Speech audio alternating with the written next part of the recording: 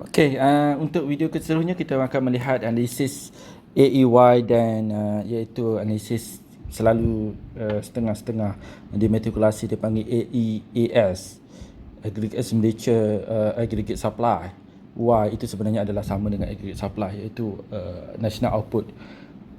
J biasanya adalah notasi bagi injection dan W adalah notasi bagi leakage atau bocoran. Kita akan lihat dua benda ini bila kita membincangkan tentang keseimbangan pendapatan negara. Kita ada dua pendekatan.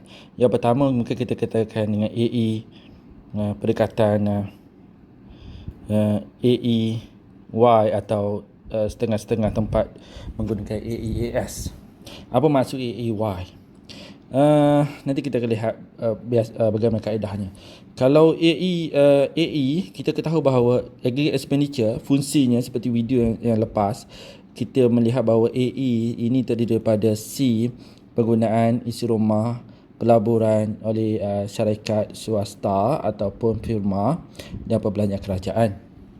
Dan kita tahu bahawa C itu adalah bersama A campur BYD, dan YD itu adalah Y tolak T, dan T pula terdiri daripada cukai kasar ditolak dengan bayaran pindahan, dan cukai kasar itu terdiri daripada cukai langsam dan ditambahkan kadar cukai yang didarabkan dengan pendapatan negara.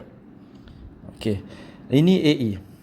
Apa maksud pendekatan AEY itu macam mana? Setelah kita tahu bahawa AE bersama dengan C plus I plus G, saya ulang sekali lagi di sini, dan kita gantikan dengan maklumat yang diberikan, di mana AE sama dengan A campur B Y D campur I campur G, kemudian A adalah ditambahkan dengan iaitu B Y tolak TA tolak T kecil Y, kemudian ditolakkan dengan maka saya ditambah dengan R ditutup kurungan ditambah dengan I dan G. Okey, dan apa yang maksud perkataan AEY itu? AEY itu menyamakan AE sama dengan Y, maka kita akan peroleh Y sama dengan A campur B Y tolak TA tolak T kecil Y tambah dengan R, okey, ditutup kurungan tambah dengan I tambah dengan G. Jadi kita ada dua di sini. Kita ada Y di sebelah kanan dan kita ada Y di sebelah kiri. Jadi perlu kepada penyusunan semula tentang ini. Kemudian disusun semula, kita akan dapat oleh Y sama dengan 1 tolak B dicampur dengan BT, yang keseluruhan ini didarabkan dengan A didarab kemudian ditolak dengan B yang didarab dengan TA, kemudian ditambah dengan B R, kemudian ditambah dengan I, kemudian ditambah dengan G. Okey, ini adalah keseimbangan pendapatan negara, ya. Keseimbangan pendapatan negara. Okey, daripada maklumat ini kita boleh dapatkan information tentang pengganda. Nanti kita akan bincangkan tentang ini. Okey. Yang kedua, pendekatan yang kedua adalah pendekatan suntikan dan bocoran. Itu diambil daripada pendapatan negara ini diagih untuk C, diagih untuk I. Maka saya pendapatan negara ini dibelanjakan oleh C, oleh firma I, oleh perbelanjaan kerajaan G, dan pada masa sama pendapatan negara ini diagih di antara C, S dan T, cukai. Okey. Bila kita persamaan ini kita samakan dia, kita akan dapati bahawa I campur G sama dengan S campur T, di mana I dan G ini adalah suntikan, S dan T ini adalah bocoran. Okey, dan kita tahu fungsi S adalah S sama dengan tolak A campur 1 tolak B YD, Okey, ingat YD kalau sebenarnya kita mungkin tengok Y sahaja, tapi sekarang YD sebab ada cukai yang ini berdasarkan model ekonomi 3 sektor. Dan kita perlu selesaikan maklumat ini, kan? Kita perlu selesaikan maklumat ini, dan pada masa sama kita ada T adalah terdiri daripada TG tolak R, okey, dan TG itu pula terdiri daripada TA tambah T kecil y tolak R.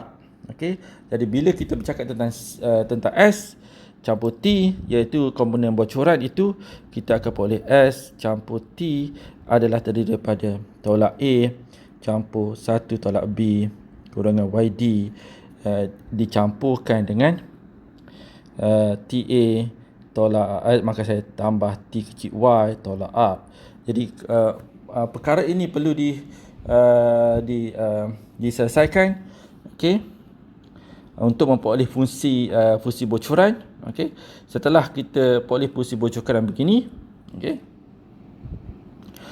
kemudian kita kena samakan, okey, fungsi bocoran ini kena samakan dengan I plus G, kemudian kita susun semula dalam perkara rumus kita akan memperoleh persamaan yang sama, okey, iaitu 1 tolak B campur BT, okey, buka kurungan keseluruhan ni, okey, jarakkan sikit kurungan, jadi kita akan dapat A tolak B TA tolak B tambah BR tambah I tambah G.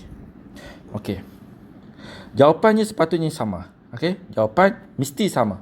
Okey, jika ada kesilapan maksudnya ada masalah tentang itu. Ini adalah pendekatan AEY. Okey, kedua-dua maklumat ini, okey, iaitu kita peroleh fungsi pendapatan negara keseimbangan ini, okey, iaitu sama ada pendekatan AEY atau JW. Kita sebenarnya boleh memperoleh perganda.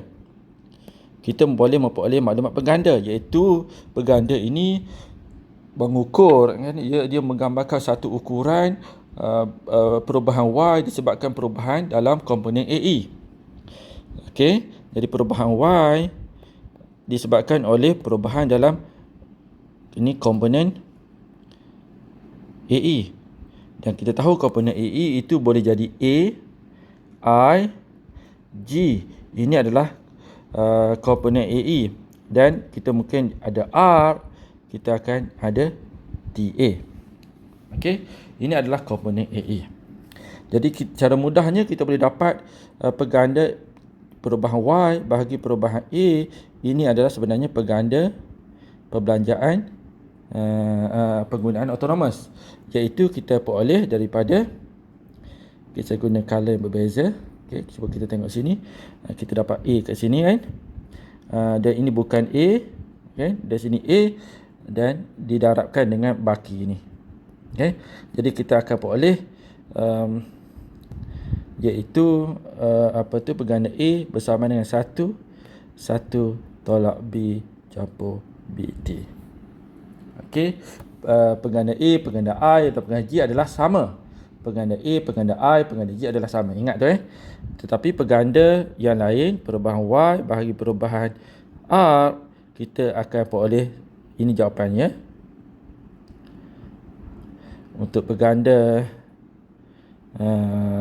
cukai, dia akan terbalik kepada perganda R, iaitu kita akan dapat negatif B 1 tolak B campur BT. Inilah perganda-perganda.